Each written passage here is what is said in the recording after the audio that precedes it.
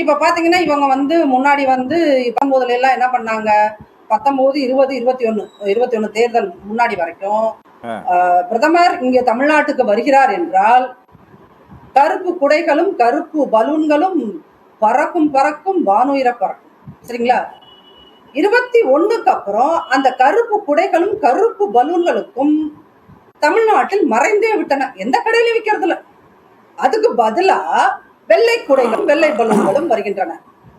அப்போ பாஜகவோ பார்த்து இல்ல டெல்லிய பார்த்து பயந்து போய் கிடைப்பதும் அடிமைகளாக கிடப்பதும் யாரு அப்படிங்கிறத மக்கள் பார்த்து கொண்டுதான் இருக்கிறார்கள். இப்ப கூட பாத்தீங்கன்னா டெல்லிக்கு பயந்து போயிருக்காங்க. எந்த டெல்லிக்கு? பாஜக டெல்லிக்கு இல்ல, காங்கிரஸ் டெல்லிக்கு. காங்கிரஸ் ஒரு மாசமா மாணிக் தாகூர் எல்லாம் வச்சு ஒரு நாடகம் அரங்கேற்றியது. அந்த நாடகம் அரங்கேறவில்லை என்றால் இவர்களுடைய கூட்டணி கணக்கு என்பது இன்னைக்கு 28+1 அப்படிங்கிறது மறைஞ்சு குறைஞ்சு 18+1 இருக்கலாம், இல்ல வெறும் 18 இருந்திருக்கலாம். இவங்க இப்படி பண்ணுவாங்கன்னு தெரிஞ்சு அங்கே ராகுல் என்கின்ற ஒரு அதிபுத்திசாலி ஒரு நாடகத்தை தன்னுடைய ஆட்களை வைத்து அழகா போட்டாரு. 18 இன்னைக்கு 28 போயிடுச்சு.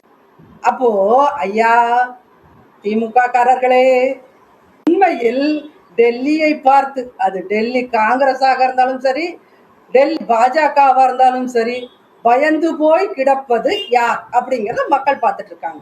சரிங்களா? கருப்பு குடையை அதிமுகவா வெள்ளை குடையாக மாற்றியது இந்த டைமுக்கு ஏத்த மாதிரி காலம் மாற்றுகின்ற பச்சோந்தி அதிமுக கிடையாது என்பதை மக்கள் பார்த்து கொண்டிருக்கிறார்கள். ரெண்டாவது இந்த இப்ப இருக்குது பாத்தீங்களா, என்னது பிஜேபி வெர்சஸ் டிஎம்கே அப்படிங்கிற இந்த நேரேட்டிவ் ஏற்கனவே ஃபெயிலியர் ஆன நேரேட்டிவ் சார். 22ல அண்ணாமலை அவர்கள் பெரிய அளவில் மீடியாக்களில் பேசிக் கொண்டிருந்த காலகட்டத்தில் அவர் திரும்ப திரும்ப இந்த நேரேட்டிவை சொல்லியிருந்தாரு. இனிமேல் தமிழக அரசியல் களம் என்பது பிஜேபி வெர்சஸ் டிஎம்கேன்னு நாங்க கொண்டு போறோம்னாரு. கடைசியில் அவரை பார்த்தாலே இன்னைக்கு அவர் ஃபீல்டுல ஆக்டிவா இல்லை. அப்படிங்கிற இடத்துல நீங்க ஏற்கனவே திமுக நீங்க உருவாக்கின ஒரு நேரேட்டிவை நீங்க அதை அழிச்சுக்கிட்டீங்க.